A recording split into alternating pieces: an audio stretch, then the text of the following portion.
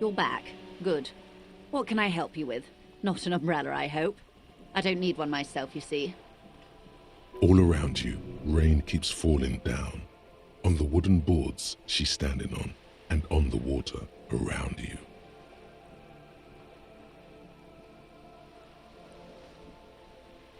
Very rugged. Good choice. Now, I suspect you had questions. Nothing like talking to pass a rainy day, am I right? It's quite straightforward. Someone is using Terminal B to smuggle raw ingredients from the Samaran Isola into Revachol with the Union's blessing. Wild Pines has suspected it for years. Ingredients for what, ma'am? Meth and dextroamphetamine, GBL and various synthetic psychedelics. Honestly, it might be quicker to say what you can't make from the stuff.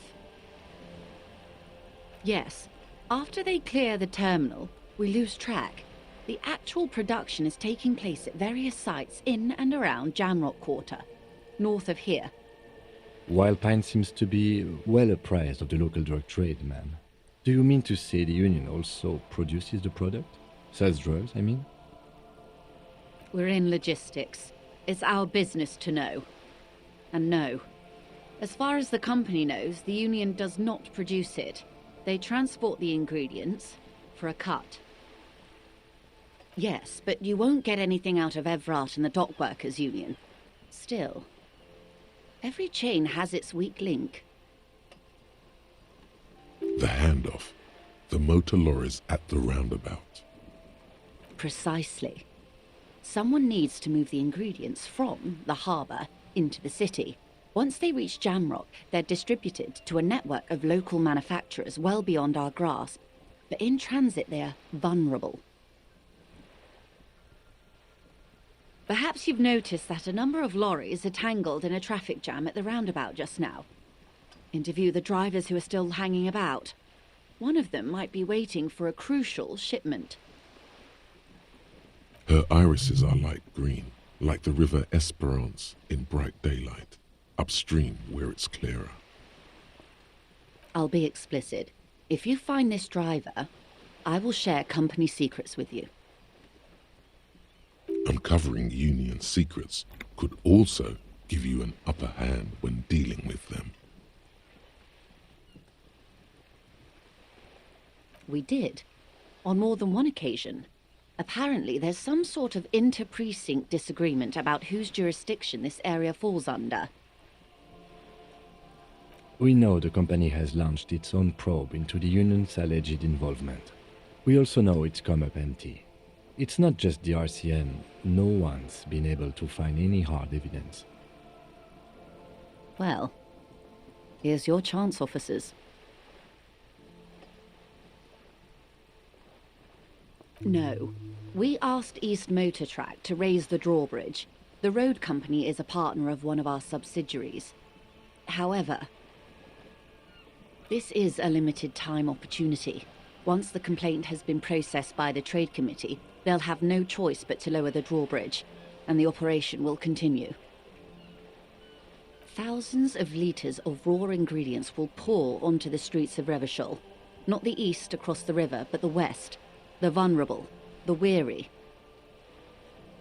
A cold breath rushes in from the bay, making its way down the alleyways and potholed streets. From Martinez to Jamrock, in the traffic you hear the clinking of glass vials, concealed beneath tarpaulin. Or is it just your teeth chattering in the cold?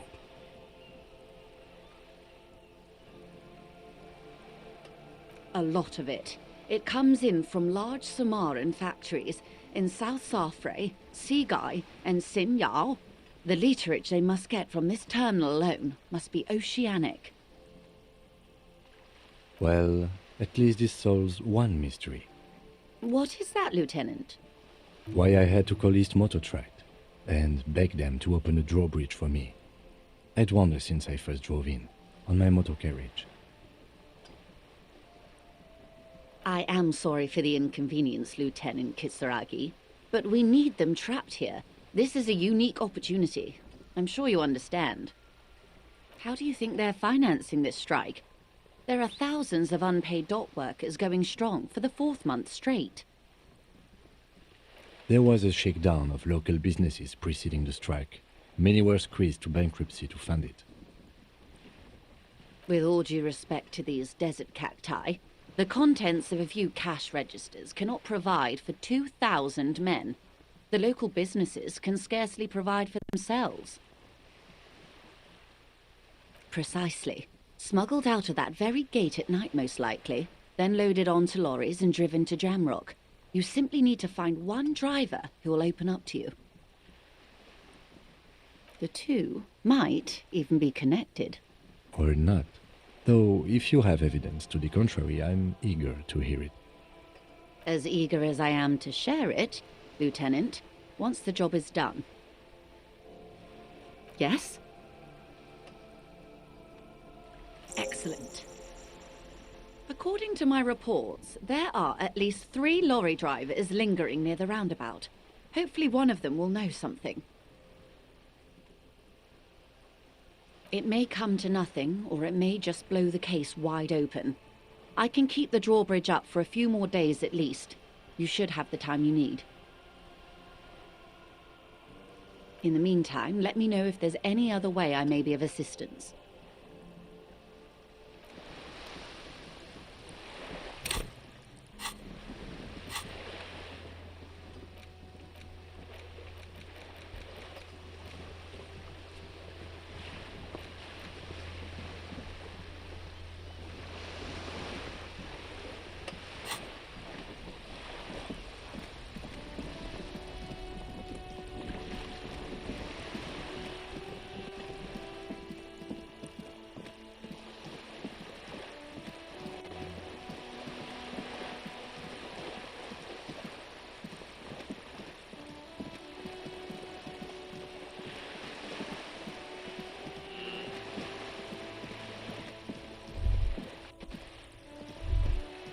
The sight of bullet holes stirs something in you, making you forget the lieutenant's surname. Where?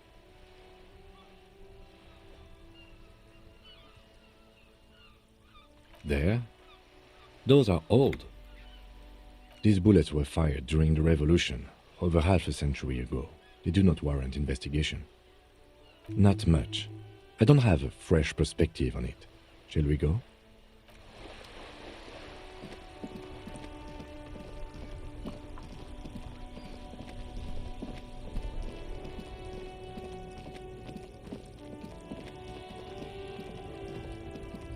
Looking for something, Hunt? Come to tell me to fuck off again?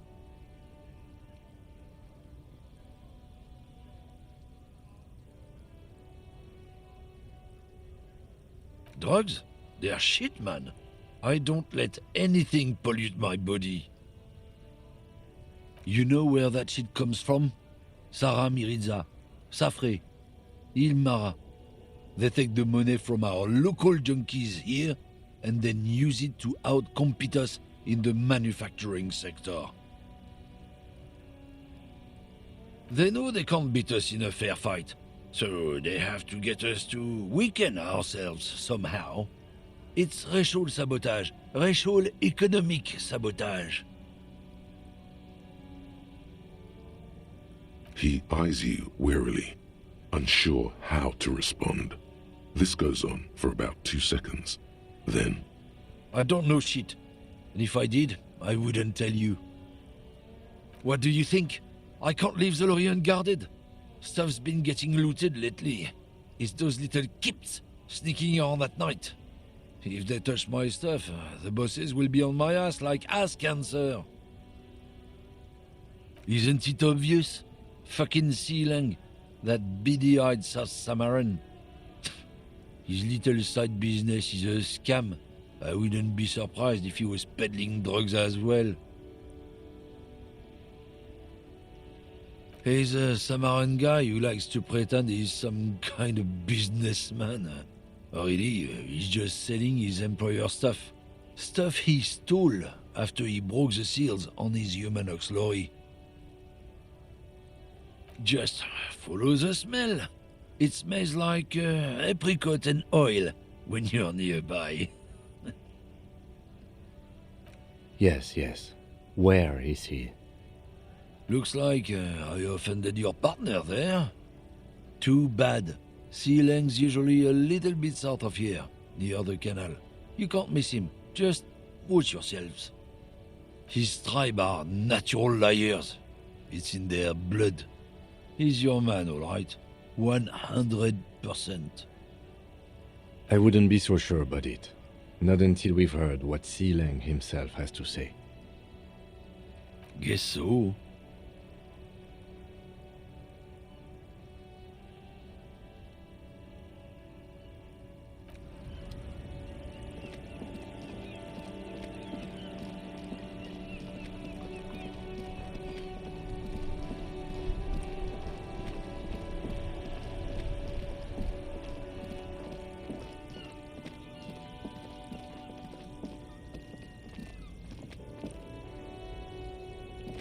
There are clothes inside.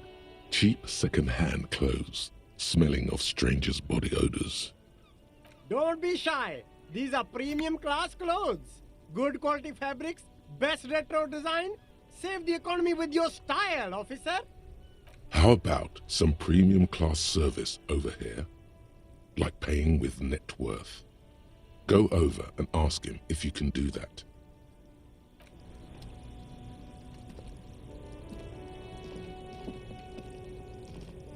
You see a Samaran street vendor surrounded by a motley assemblage of goods. When he realizes you're looking at him, his face breaks into a wide, welcoming grin. The name Sileng is embroidered over his breast pocket. Happy shopping, officer. Everything's cool here. Everything's cool.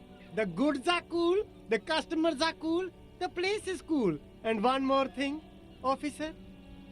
From out on the bay, a cool wind gathers. It sweeps into the city, tugging at the textiles hanging around the stand. Some distance away, the sound of a tin can clattering across the street can be heard. You're very cool. Bang, bang, bang, bang. Oh, yes. You got style. You got personal style. You know what you like. You like premium menswear. Look around and browse. Everything looks cool on a guy like you. Take your time. Don't be distracted by the flattery and funny man act. Questions. Drugs? I don't go in for that, officer. Drugs ruin lives. Unless you're into drugs, of course. In which case, drugs are excellent. Mwah! Tasty, tasty drugs. That's so cool. You investigating the local drug trade like some cool narc? But I am not a lorry driver. I am just a street vendor. I don't know anything about that. Who said that? It's the fat racist, right? I bet it's him. He has an agenda against me because I'm an immigrant who works harder than he does. He's a hater. So you admit you're a lorry driver? No, I just said I work harder and he's an asshole. Okay, maybe I'm a lorry driver too. A little. But that's not the most important thing about me. That's my day job. This is my dream. No, I just forgot. It's such a small part of my life. It's in the rear view mirror now. I'm climbing out of that hole with ingenuity. No! That's insane! It's the fat hater. He's been eyeing me for a week and he sent you here. Maybe he's the one, huh? Have you thought about that? Nothing. I told you. I'm not a dumb guy. I don't get involved with that crowd. And what crowd is that? Crowd? You know, the drug crowd.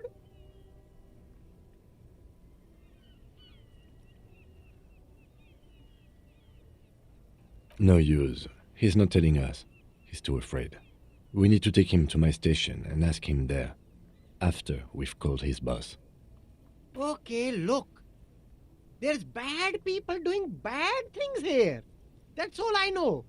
Please don't get me into this mess. I spent 15 years working my way up. Here we go. There's a tiny bit of truth on the table. Zoom in on it.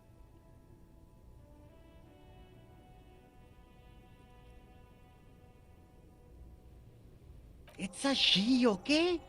The other drivers call her the lady driver. You're better off staying away from her. The way they talk about her, she's no lady. All of them. I don't know. I told you all I know. Are we cool now? Who exactly is talking about this lady driver of yours? The racist or the other one with the tattoos? All of them. Even the ones who've left. I don't hang out with them. I don't remember who has tattoos. There's one by the statue of that king. I haven't gone near her. And I won't either. The third driver. We haven't talked to her yet. Where exactly is she? Near the horseback monument? In her lorry there. But I don't know if it's her. Are we cool now? I think we're cool now. All right. I scored. Let's cap this off with a purchase. You can walk away from here with funky sunglasses, detectives. Both of you. You deserve it.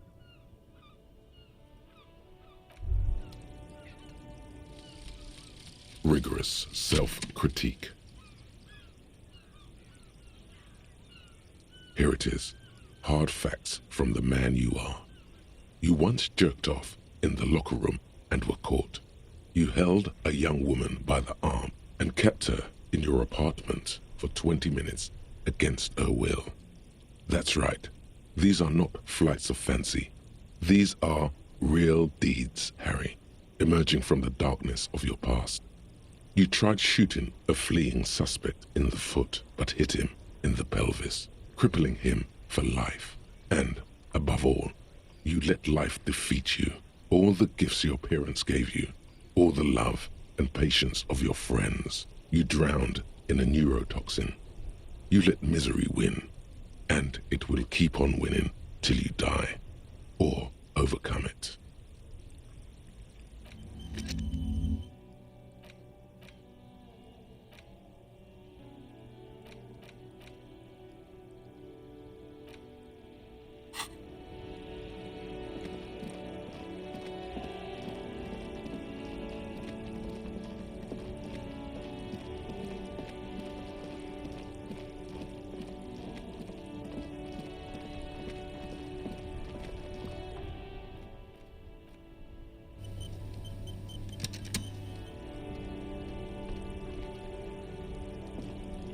I am a gander and a hunter and a gatherer. Feel like a traveler. You sure are, my man. It's the jam, my man. The air from the east is thick with the smell of crude oils, heavy metals and other byproducts of the modern era. You can almost taste it. It's a traffic jam for the ages. Harbor gates up the street are shut tight, no explanation given. Workers on strike, scabs agitating, an all-around clusterfuck.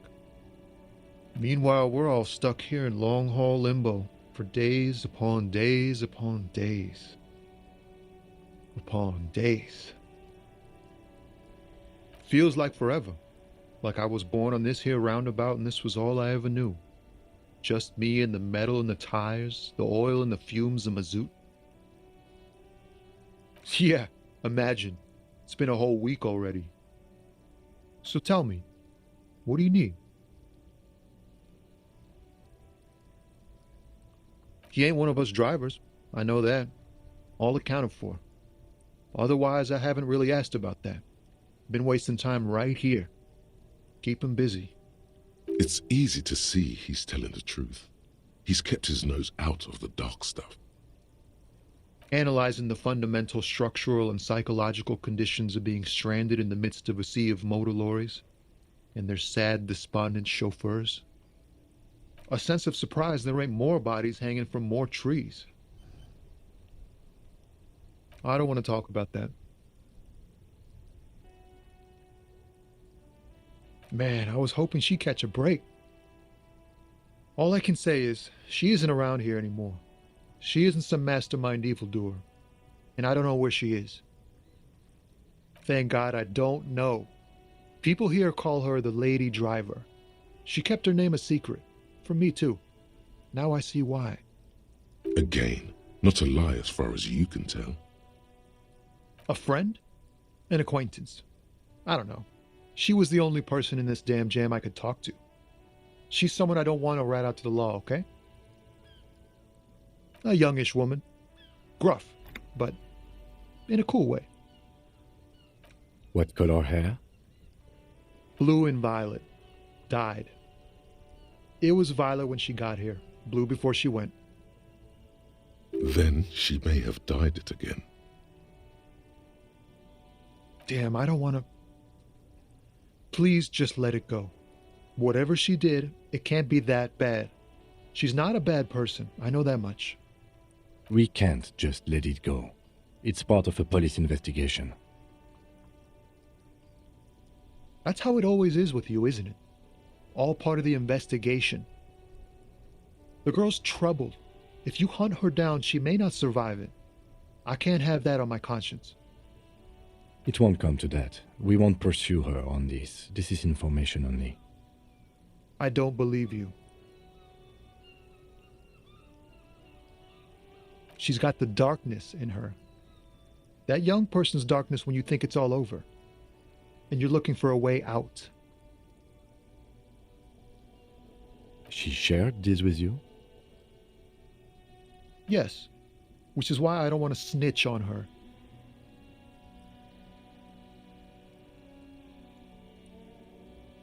I heard the rumors. I saw the other drivers looking at me strange when we talked. And she told me, too, that she's had a violent life. But I wasn't afraid of her. More like for her. Did this violent life include drug trafficking? Well, it looks like it did now. But we didn't talk about that. We talked about life, you know? She talked about her mind. The way it worked. The trouble it was giving her. The pain it was causing her. Fuck, man. Go grill someone else with these questions, okay? There are plenty of drivers here who couldn't stand her, or were afraid of her. They'd be more than happy to rat her out. He's right. There are other options. The raceman, for one. One of them you haven't even questioned yet. Maybe the third driver knows something.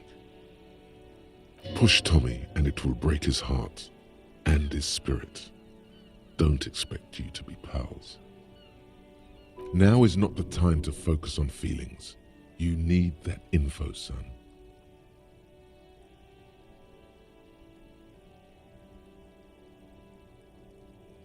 I thought you were a different kind of cop. Remember, you're doing it for the bigger investigation. This is important. Relax. Ask. Here. Valori's still here. Down past the statue of Philippe. The cabin is green. You can get in there with these. That's all I know. When did she leave? Last Friday. No. I don't know. She left them to me. Because she trusted me. So I can get it out of the way when the jam breaks loose. Otherwise... The other drivers would have to tow it or break in to get the machines moving. If they break in, they would find what's hidden inside. Something incriminating. I bet you are. Thank you for your cooperation, sir. I know it was hard, but you did the right thing. You don't really think so? I really do. If I didn't, I wouldn't be in the RCM. Take care, sir.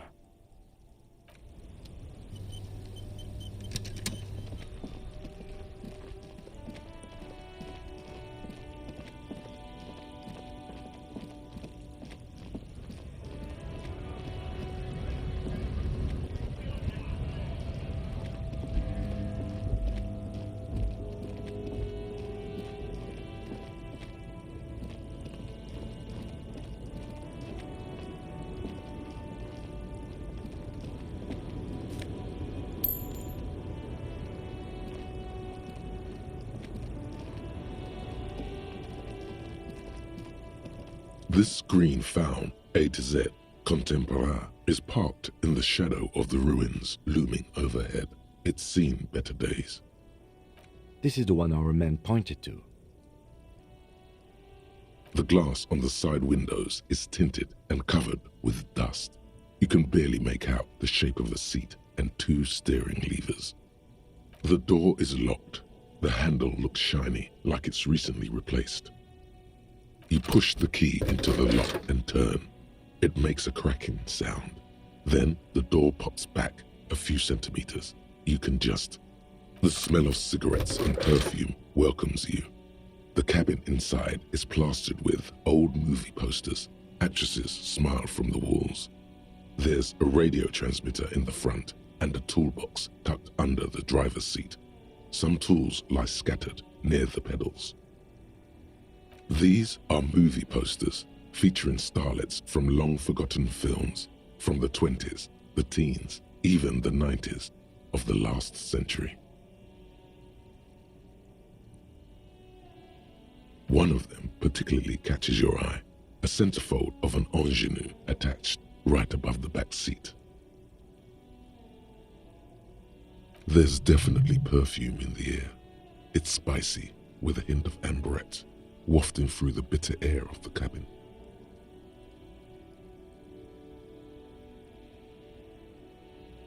The remnants of a sweet juniper-scented perfume, probably Grenade No. 5. The actress is draped in a sheathed dress, one of her shoulders bared. The faded remains of an autograph run across the poster. She's looking past the camera. Wait, doesn't she resemble someone you know? But you can't put your finger on whom exactly. The actresses and the rear actor all smile you a warm goodbye. A radio transmitter is attached to the dashboard and a toolbox sits under the driver's seat. Looks like the frequency dial is absent. It requires a key to work, but the key has been removed, likely by the missing lady driver. Strange. There are so many radio stations saved here. Must be over 100 at least. For contacting an entire fleet of lorrymen, for example. This is all shortwave, UW and UKV. Looks like we are dealing with an impressive organizational tool. The nerve center of a huge operation, with quite a range too. Doesn't look like it. It's completely inoperable without a dial key. The smell of 1,000 cigarettes, some dead actresses, and a rusty old toolbox under the seat. You wedge yourself under the steering wheel to get a better look. Seems like the few tools lying around here, a hammer, a pair of pliers, a rusty wrench, have been casually thrown there by the disorganized driver. But one odd detail does catch your eye. A piece of sandpaper has been glued to the throttle. Sandpaper adds extra grip. Sandpaper? A novel technique? Yes? Do the honors, he thinks. Connect it yourself. Which means that the missing lady driver was present at the lynching.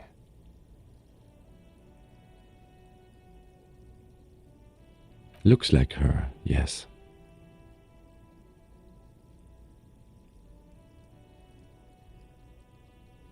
Now we know for certain who is the missing 8th person at the lynching. Do you think that Hardy and his boys could also be involved in the drug operation?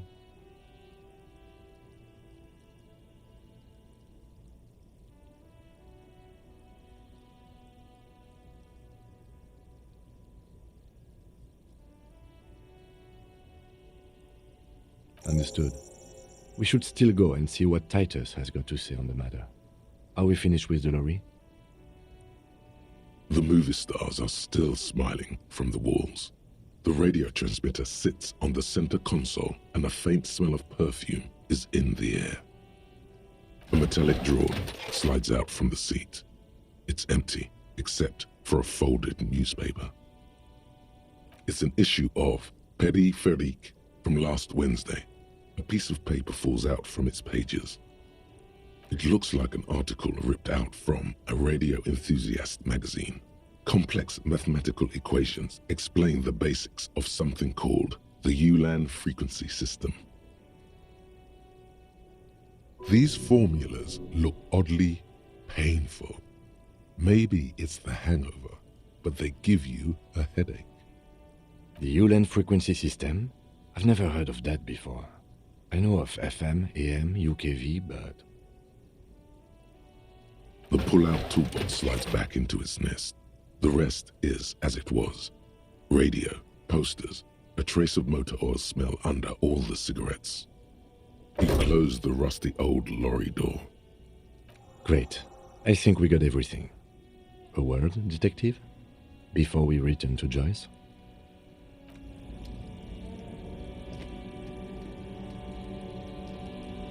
All right, we've finished here.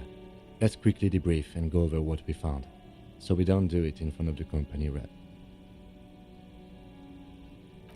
Honestly, I'm quite worried by what we've seen so far. The evidence seems to point to a rather extensive and well-organized operation.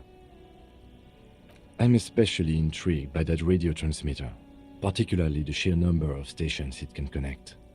Looks like this alleged drug trade casts a wide net. This means it's well funded.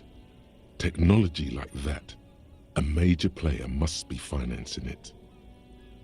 I'm not sure what the Ulan frequencies are all about, but they may hold some significance. Perhaps it's a better way to connect between fleets while avoiding frequency bleed, or maybe it's used to tap into RCM networks. Listening in on your calls between you and your station, a worrying prospect. And last but not least, it looks like the Hardy Boys knew this driver, as we know that she was present at the lynching. This may be the Union connection we've been searching for.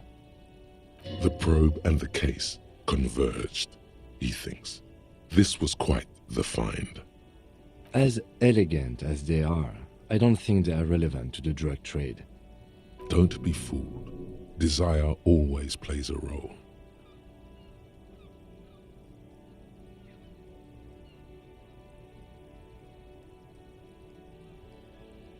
Yes, well... Unimportant. Like Joyce told us, yes, logistically. But don't expect to bust this open during our stay here. At best, this is an angle we can use against them, to other ends, as extra ammunition. We should return to the murder case, see what Joyce tells us about the lynching. When we are done for the day, I call my station and suggest our narcotics department look into it. There are more than enough grounds to start an official investigation, sometime later when we are done here. We do not want to get caught in that. The fact that one hasn't started already gives me pause, an investigation I mean. Especially if the Madrid grouping is involved, and I can't imagine they aren't. It's certainly worrisome. All the same, I don't like the idea of internal affairs descending on the matter. That won't help anyone either. Debrief over, after you.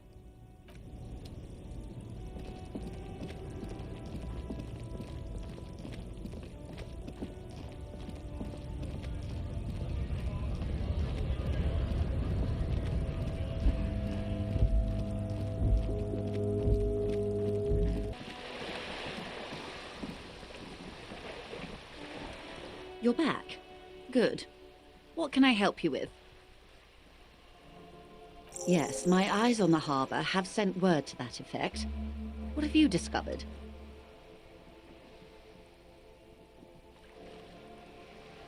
It doesn't really matter, and I do apologize for the surveillance. Wild Pines can't afford to be blind at a time like this. In any case, it's a relief to know someone has looked into it.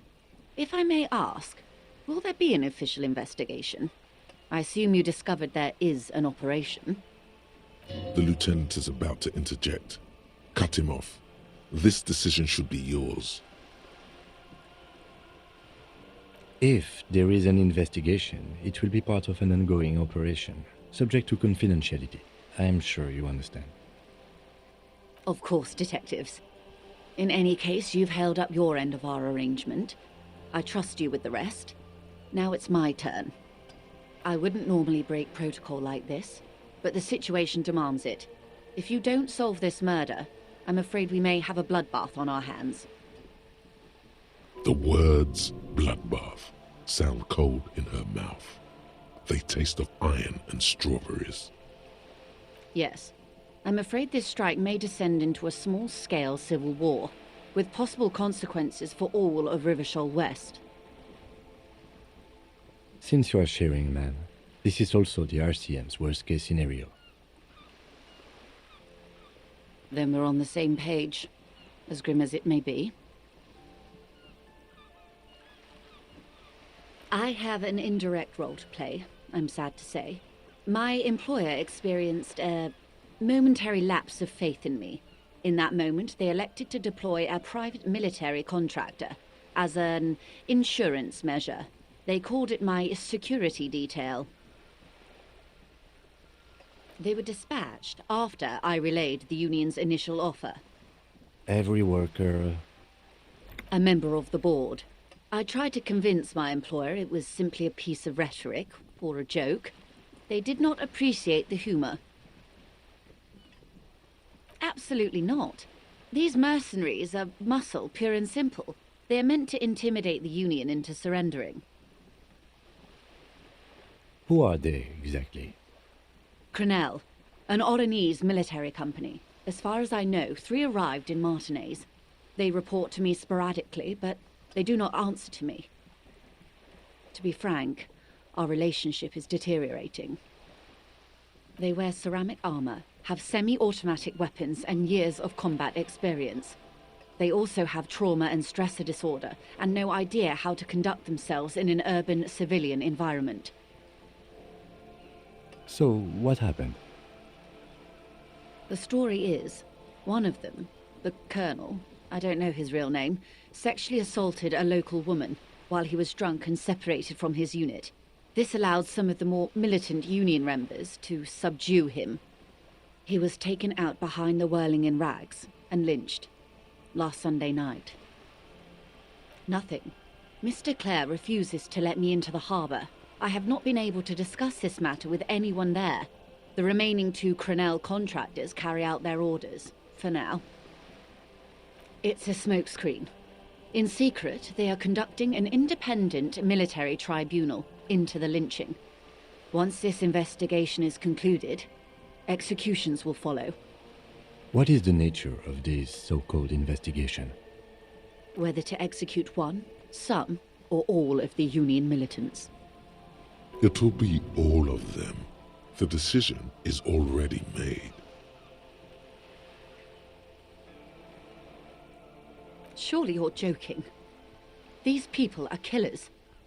My only hope is that yours provides a single, concrete suspect before they indiscriminately pick theirs. Simply put, if you don't pin this on someone good and do it fast, they will identify and execute everyone present at the lynching. This in turn will force the Union to respond. They would have to project strength and power. The Débardeurs have over 2,000 men. It will be 1,000 to 1.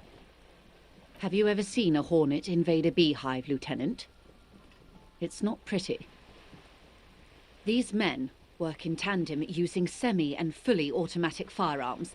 Their armor is virtually impenetrable to muzzle-loaded weapons, even yours. Most Union workers don't have guns at all. The muzzle loaders need to be reloaded after every 1 or 2 shots. The automatics every 1 or 2 minutes. As I said, a bloodbath.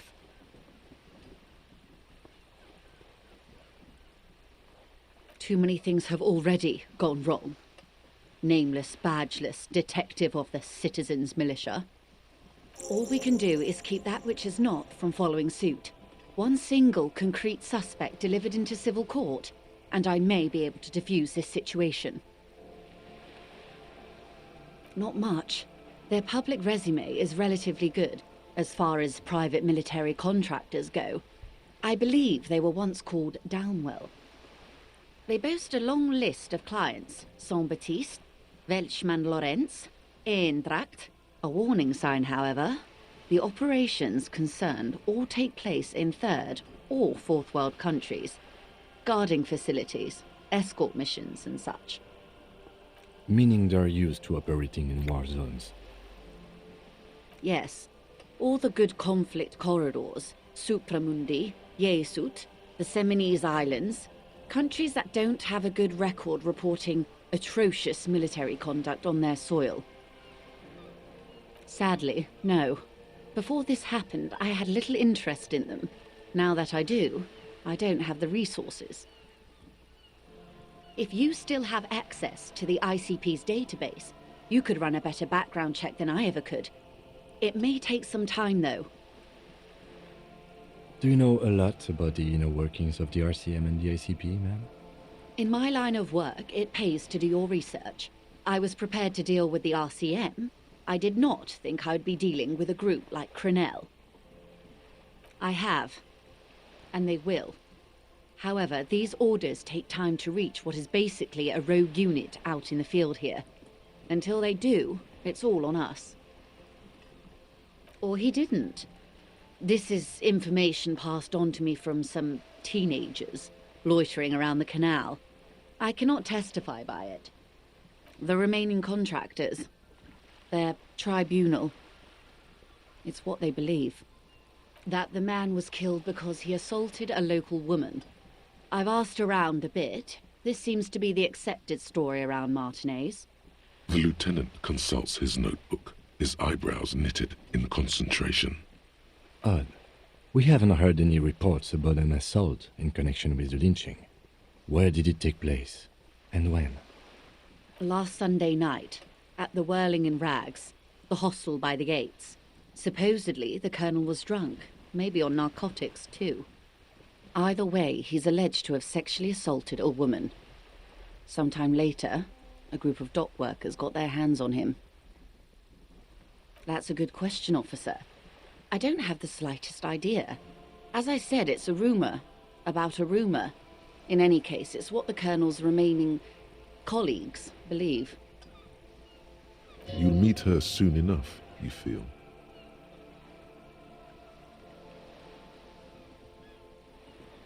If you mean did I see him alive, yes.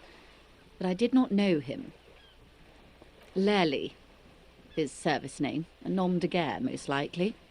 He wouldn't divulge his full name. Only one of them did. A bad sign if there ever was one. One is a man, Corty, they call him, a nickname as well. The other a woman, Phyllis DePaul. Corty is the gunner, I believe. DePaul is a radio operator. What would you say was his eye color, the deceased's? She closes her eyes, trying to picture the man's face, then shakes her head. I can't remember. The lieutenant was testing her, asking a small detail first to see if she knew him better than she let on. She passed. That's all right, man. Anything else? Nationality? What would you say was his age? He was 40 or 50. It's hard to say which. He had a combat injury on his lower jaw. It made it difficult to estimate his age or gauge his facial expressions. Indeed, this matches the dental reconstruction we saw on the body. What else? Nationality? Accent? He was Occidental, I think. Light brown hair, a mixed accent, Oranese, or Messinian maybe. His injury gave him an accent all his own. In a way, it was humanizing. He had to learn to speak through it, through the injury. That's all I know, I guess. I only met him once. They've gone to ground, as it were. I don't recommend seeking them out. For one, they're almost certainly armed to the teeth. They don't have the same respect for the Revachol citizens' militia as I do. To put it bluntly, they think you're vigilantes. Ghetto savages. It will not be a fruitful meeting. Vigilantes. You're a professional officer of the only legitimate authority in Revachol. Somehow, I doubt that lecturing them on the legitimate use of force will persuade them to stand down. You're likely to run into them eventually. When that happens, I'll be in a better position to mediate if I don't appear involved. One is obviously the scab leader at the harbour gates. The one chanting the idiotic slogans. He's barely maintaining his disguise. The other has a vantage point in a building south of the roundabout. They were keeping tabs on you while you were canvassing the lorry drivers. That may be so. I still hope you heed my advice. There's no need to kick the hornet's nest. For all your talk of averting this catastrophe, the situation at the gate is a powder keg. Does this not bother you? Of course it bothers me, Lieutenant. But my hands are tied. How would my employer react if it appeared I were intervening on behalf of the Union? Your concern may be appearances. Ours is keeping the peace. That would afford a good vantage point. In any case, it's practically inaccessible. Where is your radio for contacting them, if I may ask? Do you have an earpiece? Heavens no. I'm not an undercover agent. There's a short wave at the ship's wheel. I hope I can answer it better. Until the executions start? Truthfully, I don't know. It depends on their progress identifying the members of the lynch mob, and their impatience. They don't report their progress to you? Not on this matter.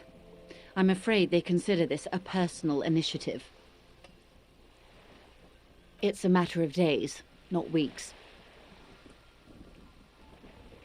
I am sorry to have been the bearer of bad news. If there is anything else I can help you with, please ask. Of course.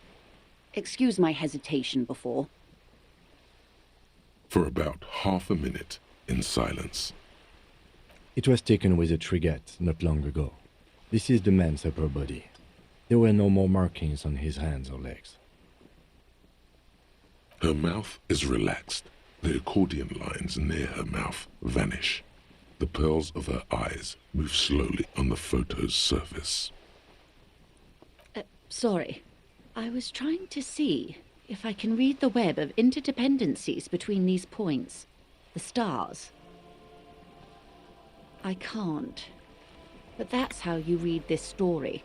The points themselves don't have letters, numbers, anything. Their size, location on the body, and distance from each other tells you what they represent. Close.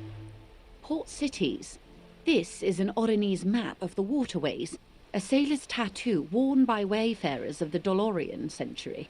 Over 300 years ago, the sailors would mark their bodies to map their travels. The sailor's soul would use it to fly back home if they should die abroad.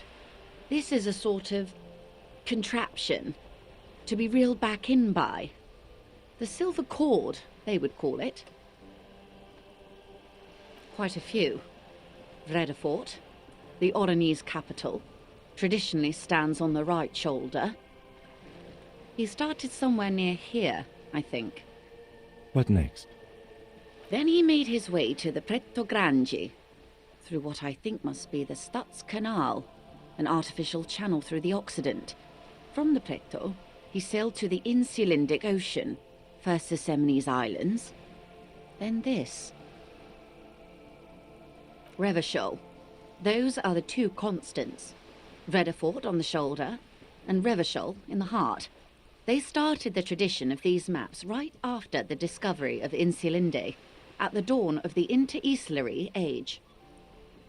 You said you can't read it. I can't. This man was no sailor, and these are no ports. I can understand geographic fragments, but not their meaning. His platoon members? The other contractors, though I do not suggest you go and show them that picture. This man was their friend and comrade. Do what you have to do, Detective. I don't think deciphering that tattoo should come before public security. But if you should wade into the mob to find out, I couldn't stop you. We will be careful, ma'am. Is there anything else I can help you with?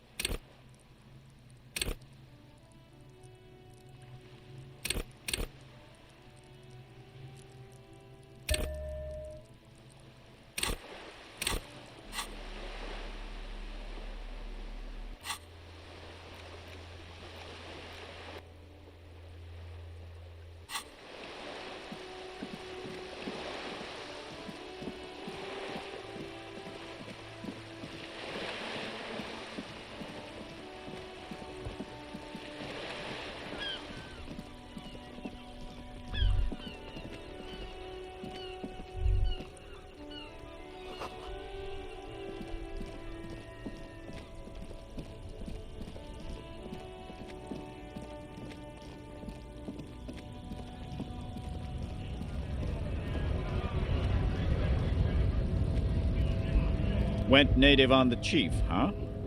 Those ballerina antics were reckless. Should have just punched him in the throat again. Wrong. You did the right thing with Measurehead. The ballerina antics won you the fight. Let's talk about our right to work.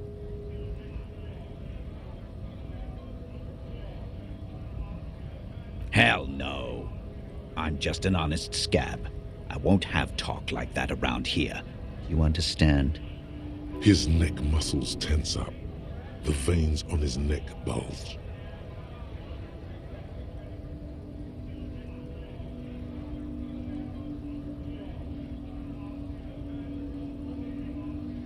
Fucking bug. How about you fuck off now, huh? Okay, of course. There could be weapons aiming at us right now, somewhere above, in the buildings. The other merc. Don't push this, he's thinking. This is not the time. The man's breathing steadies, but his eyes are still narrow. Slowly, he's trying to get his right-to-work dance back on. Don't think so. Suddenly, this feels like a really bad idea.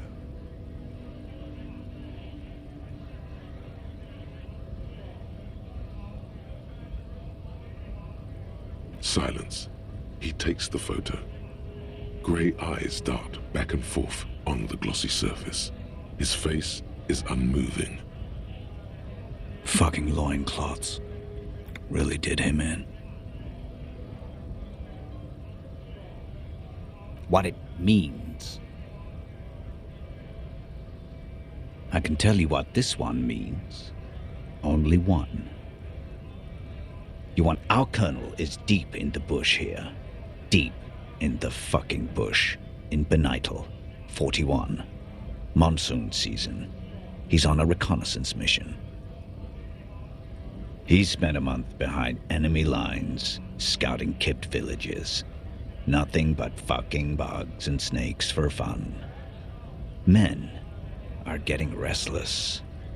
There's talk of switching employers.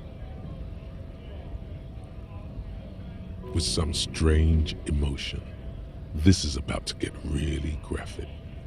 Last moment to back off. Our boy, he's only a captain then, but he knows how these men think. If they don't see action soon.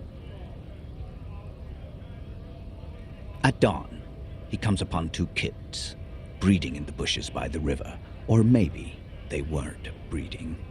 Maybe they were just making eyes at each other. I like to think they were breeding. We shot the boy. He was useless, but the girl, she was nice. A little fat, you know, but not too old. She was quite the entertainment for the week she lasted, expired in the hands of Sarge Mason, the kind of guy who'd make Chief there shit his pants and cry like a bitch. God, Mason couldn't let go. Cut the tits off her cold body and fucking ate them. Said primitive spirits were watching over him now. Drowned in a creek a week later. Spirits my ass. Something stirs in your stomach. There's a word on the tip of your tongue. Colorless, odorless. It's...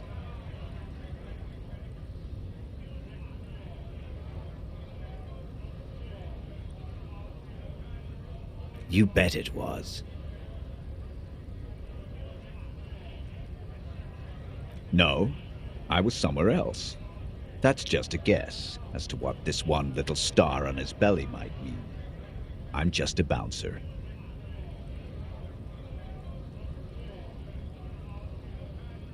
Fucking mask is getting sweaty. I want to take my mask off. But... He's under orders, and orders are orders. It's just nature. This guy, he used to say evil is when nature and spirit meet in the wrong place. Go ahead. All right, now. Free commerce! Keep the goods flowing! On the photo in your hands, the dead man's skin is studded with stars. Tens, hundreds of them, littering his dead skin.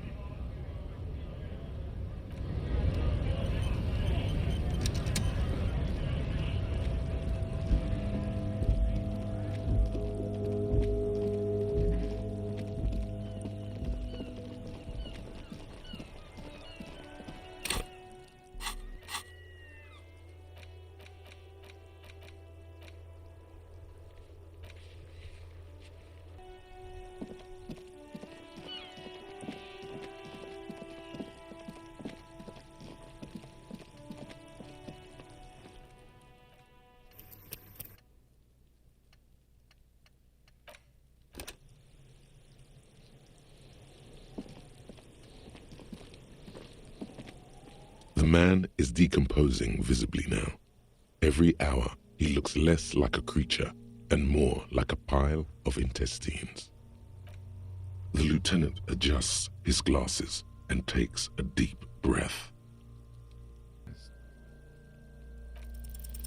Your arms reach out and your eyes close, as if by their own volition.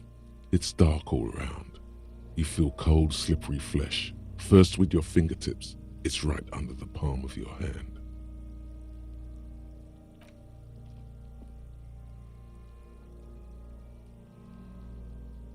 His face, his cheeks, his nose, his fat, swollen lips. Like a rubber spider, your gloved hand crawls on his features. Everything is silent, all around. They are swollen shut. You need to really push to get in. Only the little one fits. The flesh changes shape as you bore in, searching for something in the cartilage. The fuck is he doing? The thing you're looking for, it's not there. Crawl out, spider.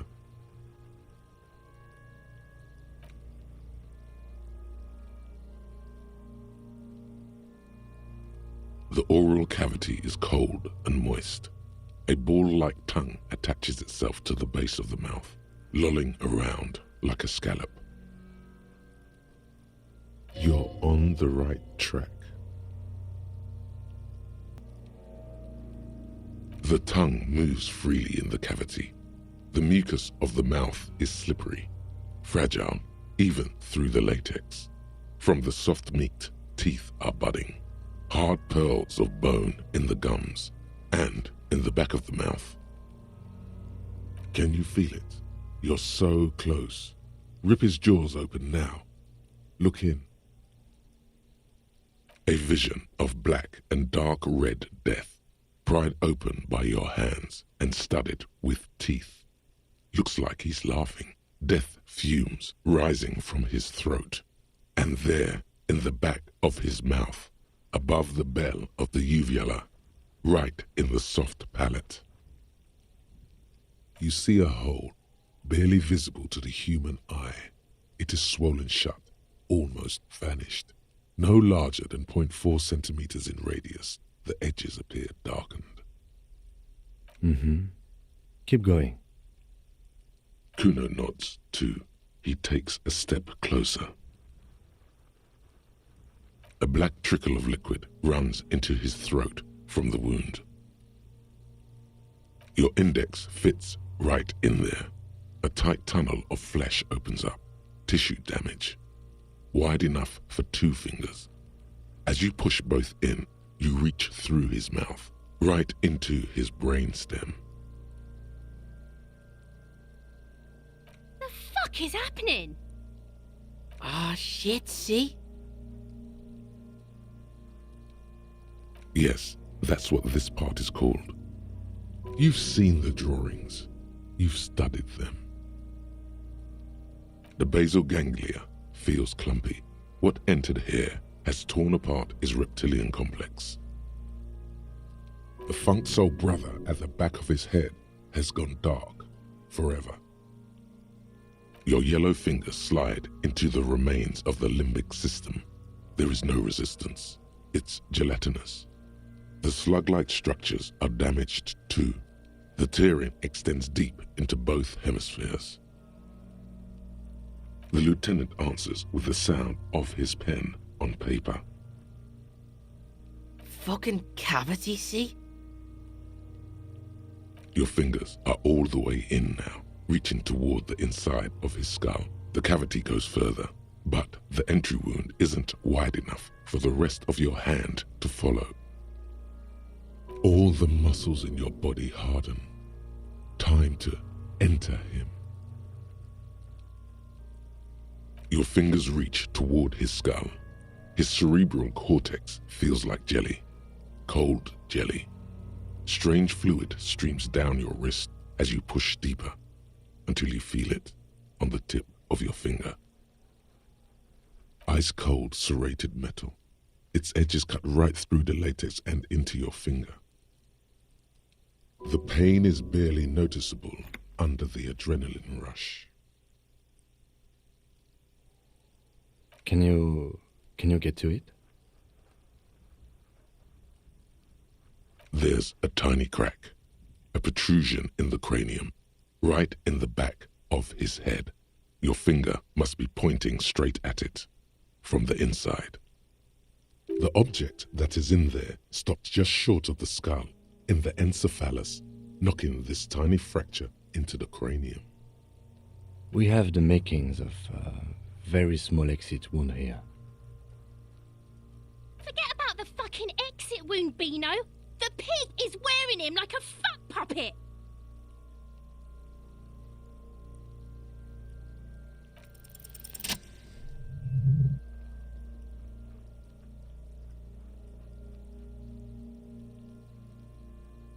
You pick the object between your index and middle finger.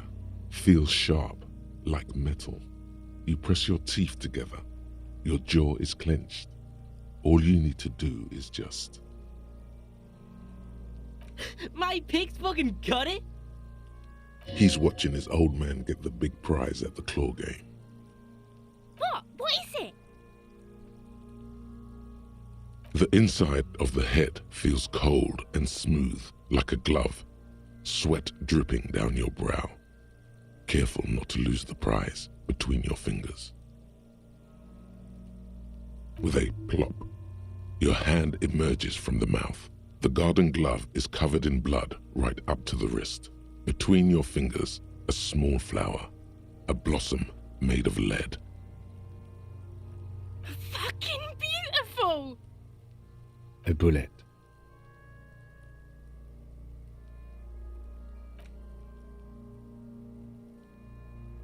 The bullet falls in the bag, leaving a smattering of blood on the plastic. He raises the bag under his eyes and says, A non-caliber, rifled, some kind of brittle alloy, fractured on impact.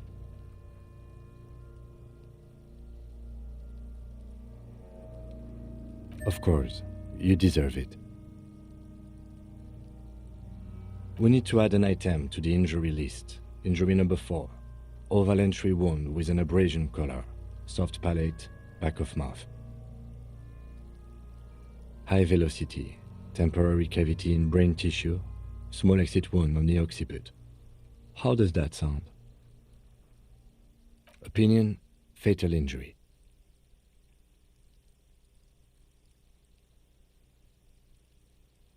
And one last thing, we should amend injury number 3, ligament mark. New opinion, non-fatal, post-mortem, treatment. He's proposing the bullet was the real cause of death, and the hanging an attempt to conceal this fact. Yes, and the belt around his neck, the hanging, even dragging him to the yard. All of it was done after this man was already dead. I did not just come up with this. I've had my doubts since you showed me the tracks, officer. Why did they carry him over? Why not march him? There is no satisfactory explanation. There have been other signs too. Small details. Everything is too neatly designed for us to assign probable cause here, as we did, foolhardily. Well, no more. We almost fell for it, he thinks. Almost. There is, of course, the very real possibility he was both shot and hanged. To put him out of his misery? It's possible, but it doesn't explain all the other dubious things here. Lack of struggle, primarily. I may be intellectually sloppy, but I prefer one theory at a time. And this just smacks of treatment to me. That's for us to find out. But this, it will make finding them just a little easier. To hide something. The real killer? The real motivation? What really happened here? Oh, you really do. I am glad to hear you say that. Your room in the Whirling in Rags should come with a bathroom. Be sure to make use of it in the evening.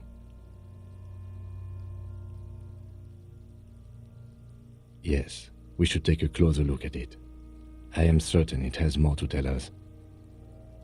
This little thing could reveal much about the weapon that shot it. We bag the corpse and carry him to the holding pen of my kinema. I can transport him to processing myself, but I will be gone for the rest of the day. Work on the case. Tend to personal matters. Try not to do anything too dangerous. An officer needs backup in a neighborhood like this. I'll leave that choice to you. And one more thing. Great work, detective. The word lingers in the air of the yard. Far away, dogs are barking. Further yet, the sound of motor traffic. Detective. After you bag the corpse, Lieutenant Kitsuragi will leave the party until tomorrow morning. You can do side tasks, and even the main case, but it might be more difficult. Plan his exit accordingly.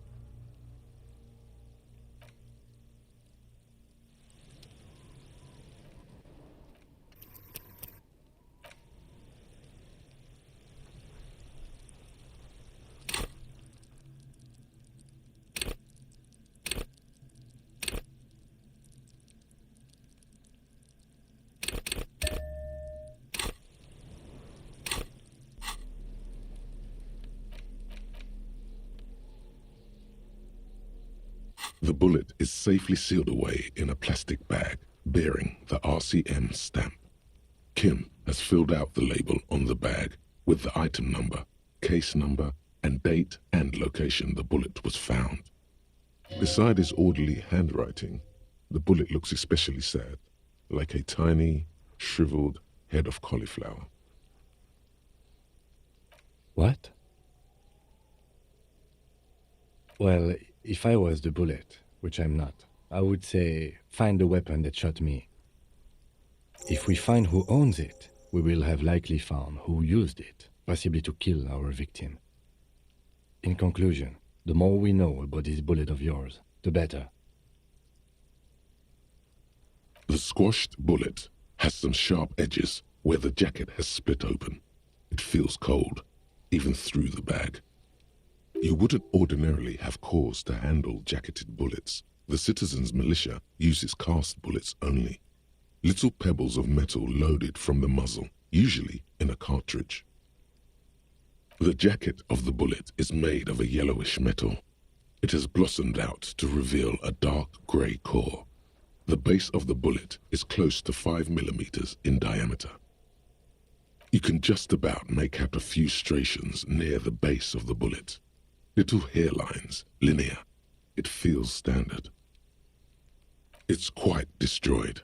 Some of the fragments are still lodged in the wound. What can you say about the bullet so far?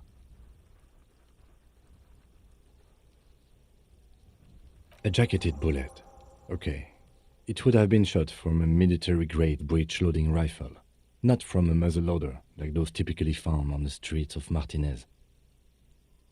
We were right. This came from a serious weapon. Highly unusual. The people of Revachol haven't carried breech-loading weapons like this for nearly half a century. Even the RCM uses ordinary unjacketed conical bullets.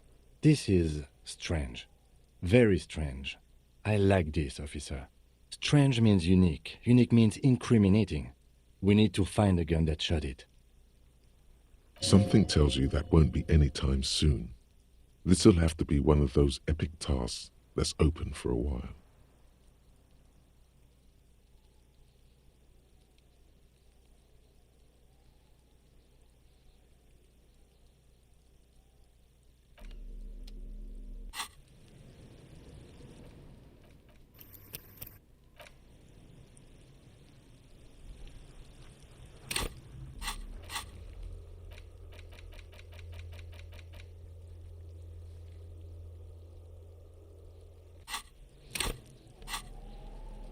The face of King Freecell smiles at you.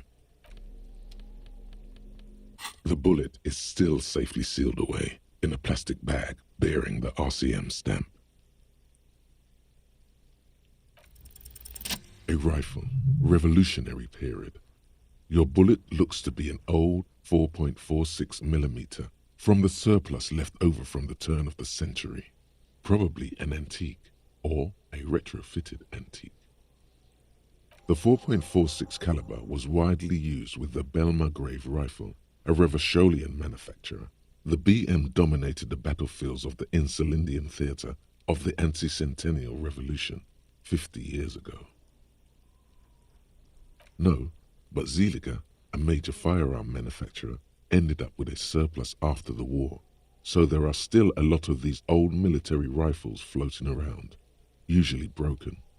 The quality was appalling. Antiques enthusiasts, guerrilla fighters in distant countries, a few lucky jamrock bangers. You're looking for a well-preserved antique, most likely.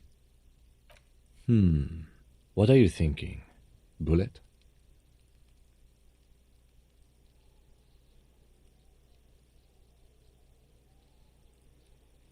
Okay, and?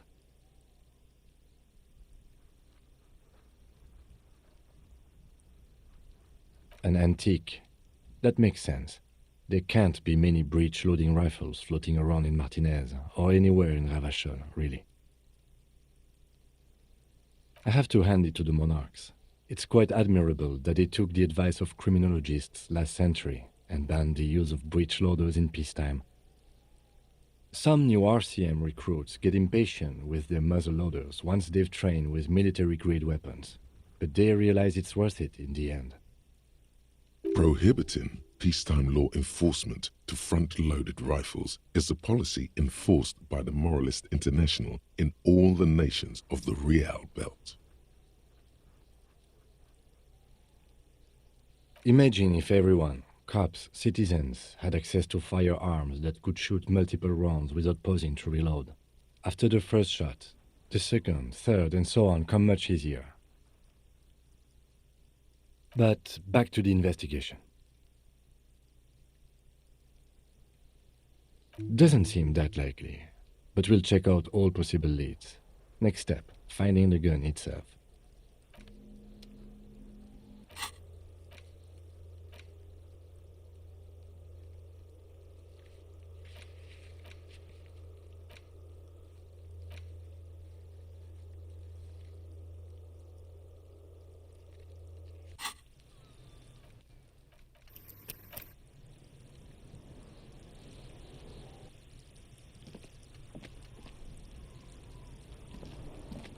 The man is deep. The lieutenant adjusts his glasses and takes a deep breath. All right. I will need a little help carrying him. You take the hands, I'll take the legs.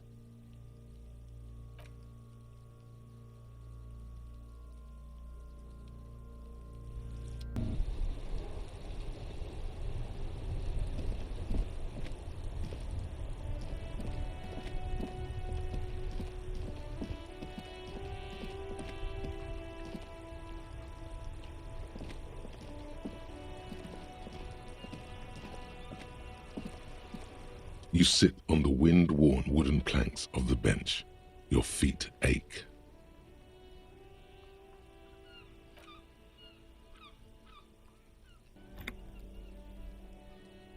You try to come up with something fresh and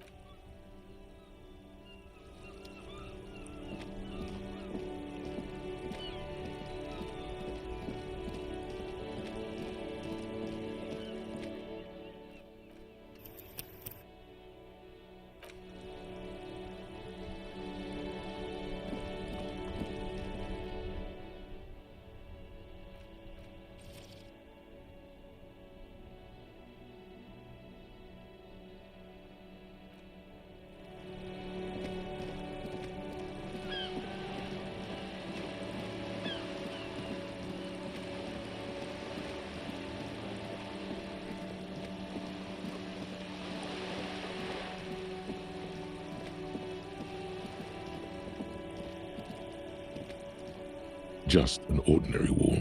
Nothing to see here.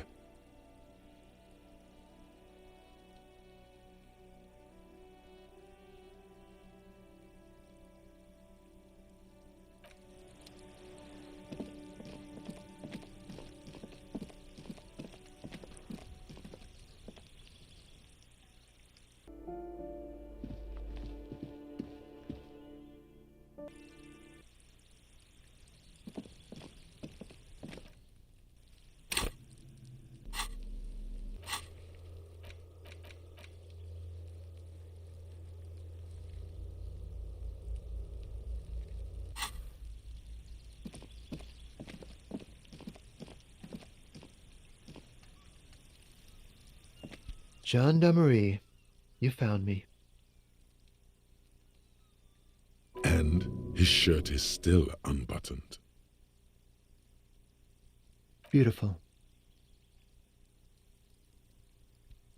So tell me, are you here to make things right again?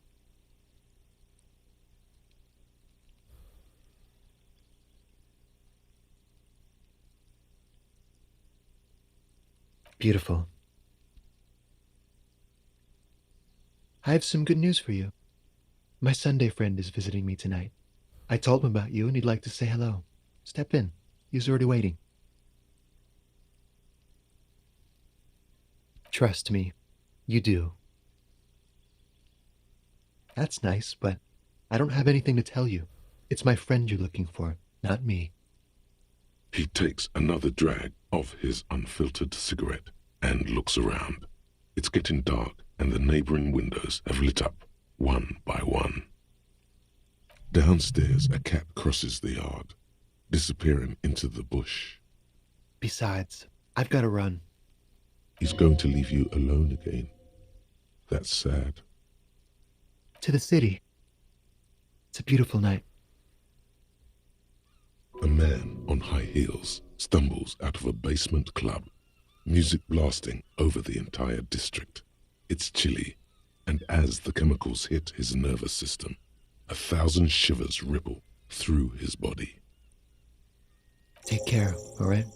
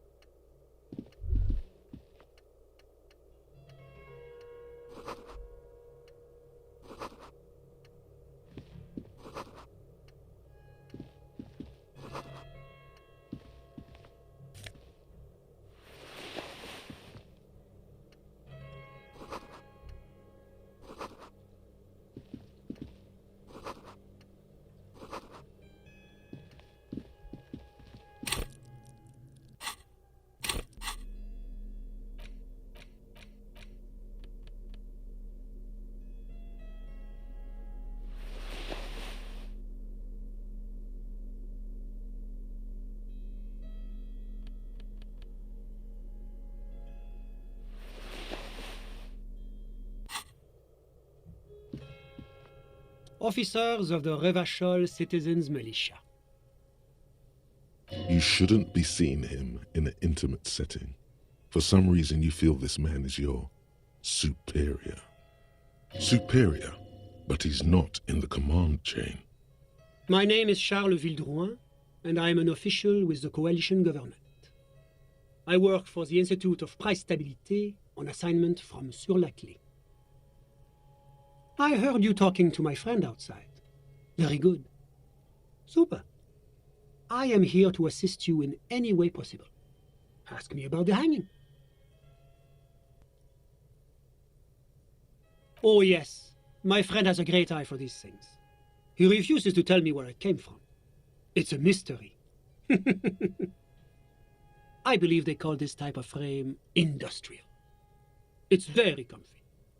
That's really all I can tell you about it.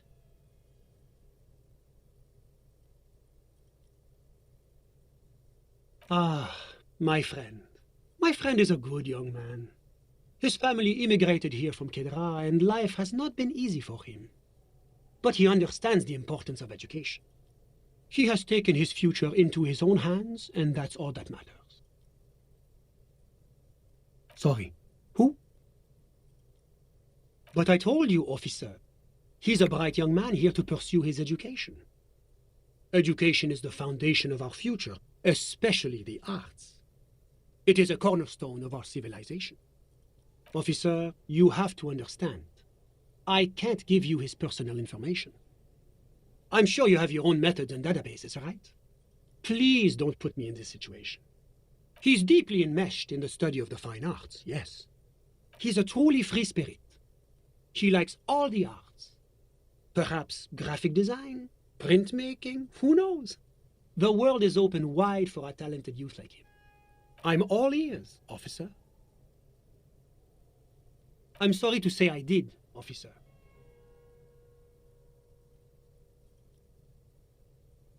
Officer, it's very difficult to describe what I saw that night. It was so surreal to me, like in a play. No. I mean, it was so strange. I could barely believe what was happening. I was on the balcony when it happened, getting some fresh air. I remember that first they came in, carrying what looked like a body. And then I saw all the surrounding windows go dead, one by one. That's when I understood. I should not be seeing this. I couldn't see their faces well, and there were quite a few of them. But they were very loud and very Martinez.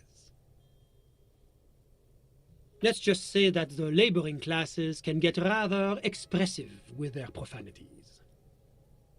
I couldn't tell you exactly. Less than 10.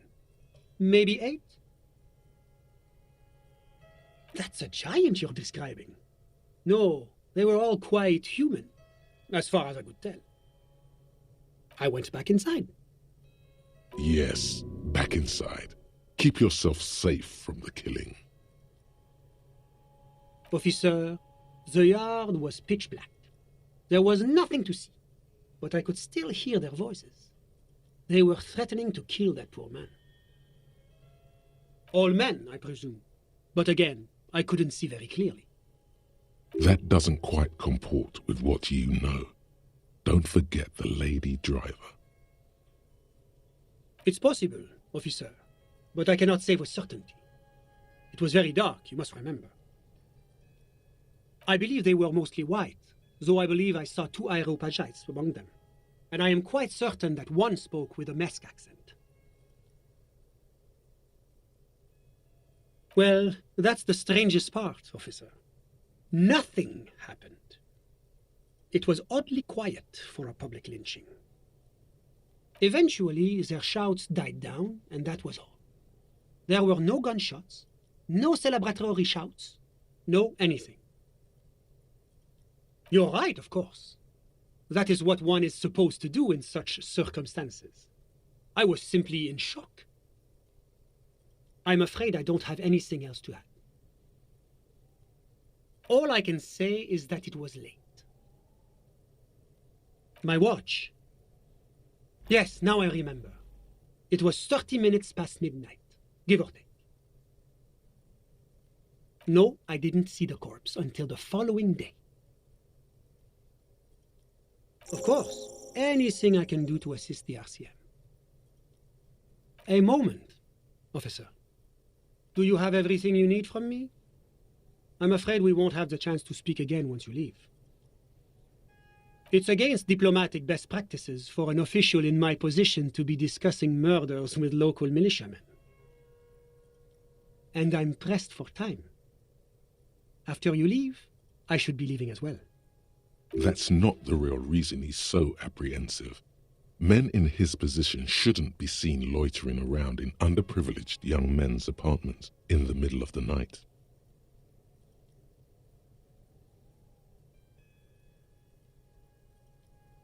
Of course. I'm glad I could help.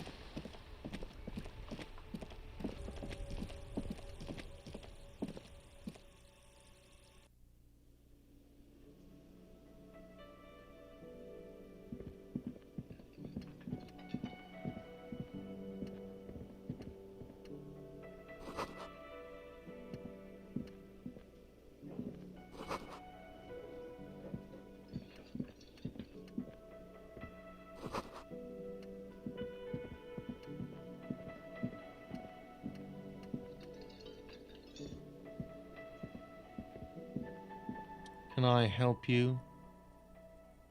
Got the 20 real?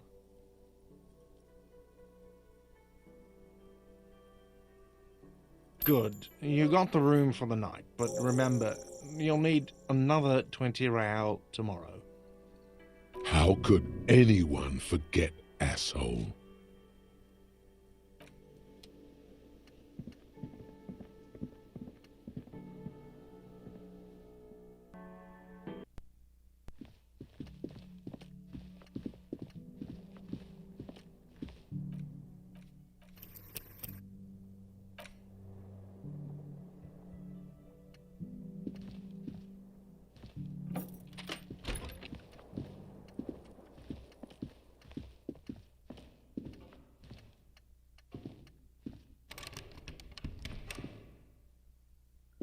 This is not the cleanest bathtub in the world, but it's cleaner than you are right now. Ah, that soap scum smell. It smells like life, at least compared to you. The bathtub slowly fills with water. The water beckons. The water is only lukewarm, but still comforting, like amniotic fluid. A few beer cans are bobbing up and down along your flanks, like sad duckies. You feel nice and lonely, and so tired. The cans continue to bob, as do your thoughts, aimlessly splashing up against the sides of the tub. They're not even really thoughts, just assorted sensations, none of them acute enough to focus on. Your fingers grow pale and are covered with tiny whirls as the water cools. What are you doing? You're not some fat fish in a fucking aquarium. Time to get moving. You see the corpse. You can still smell the cadaver on you. It's going to take more than one bath to get rid of that stench. Then, houses along a narrow street. A video rental. Darkness on the planet's curvature. Your fingers grow pale and are covered with tiny whirls as the water cools. What are you doing? You're not some fat fish in a fucking aquarium. Time to get moving. The waterline recedes as you stand. You are cold now. Your clothes stick to your still moist skin.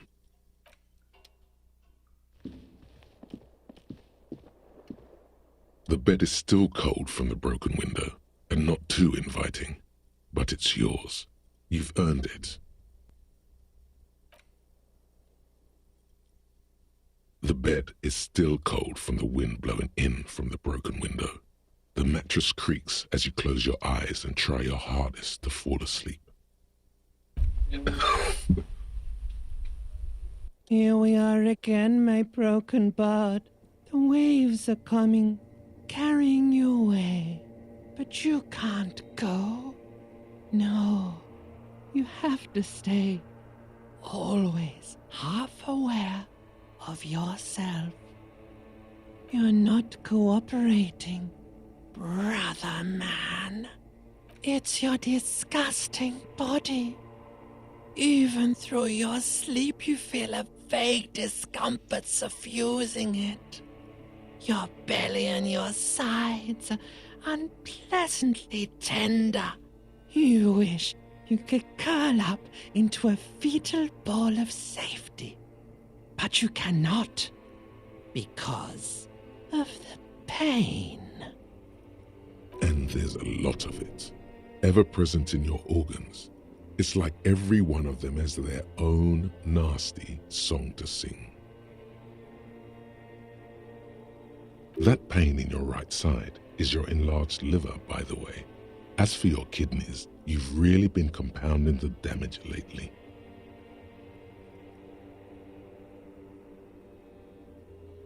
There's no dignity here, only reflections of your body mass, flashes of the day. You keep coming back to yourself in the mirror, but why? To admire all your accomplishments? You're just stuck here, in the half-world. Could try looking at other people. Really looking. But why would you want to start doing that? Sure you do. They're all so friendly, aren't they? Some of them are. Some of them are nice. Others are scared. At least they're interesting. Each one has a process just like yours, running in the space between their ears, full of secrets. People are beautiful, statuesque, parodies and tragedies of themselves, a great democracy of creatures. What do you think you're doing right now? Coming to some greater awareness? Look at all these lights, blinking in and out of existence. Thoughts! You're just pretending that you're asleep, even to yourself, while the world goes on without you. Let it. Let it. But it never seems to let you go, does it? Time to rise and wipe that shining sweat off as best you can. Gather your bearings. rock and roll.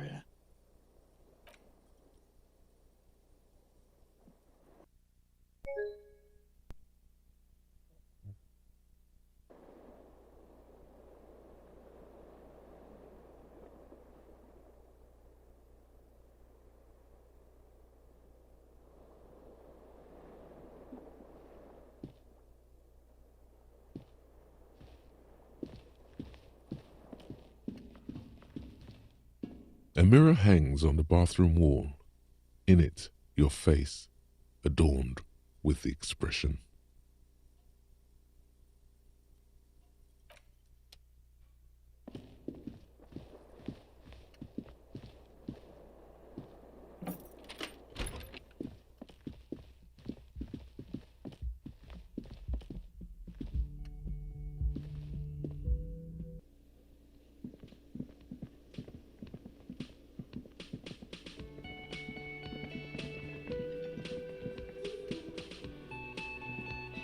Yes?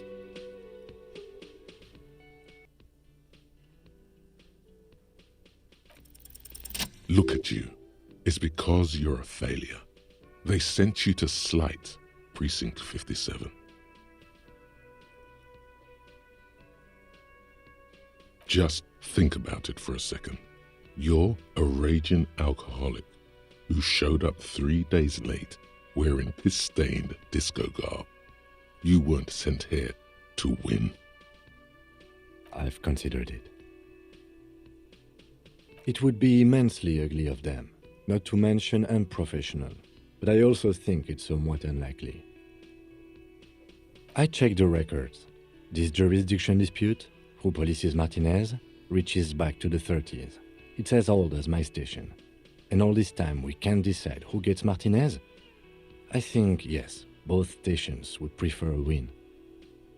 Safe? No. But you're old. You've made it this far.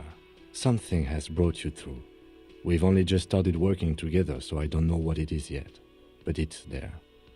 So no, I don't think they sent you as a joke. And even if they did, they are in for a surprise. He's right. There are no airtight theories, just paranoia. You've given it some thought. Now let it go.